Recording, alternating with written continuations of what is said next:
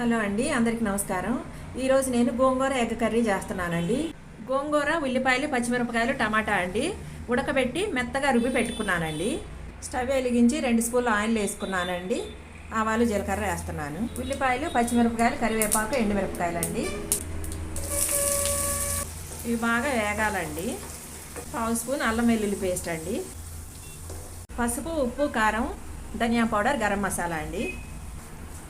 గోంగూర paste వేసుకుందాము. 2 నిమిషాలు కలుపుకుందామండి. ఇలా కొంచెం వాటర్ పోసుకుందాము. ఇప్పుడు ఎగ్స్ కాచుకుందామండి. 2 నిమిషాలు మూత పెట్టేసుకుందాము. అయిపోయిందండి. ఒక ప్లేట్లో తీసేసుకుందాము.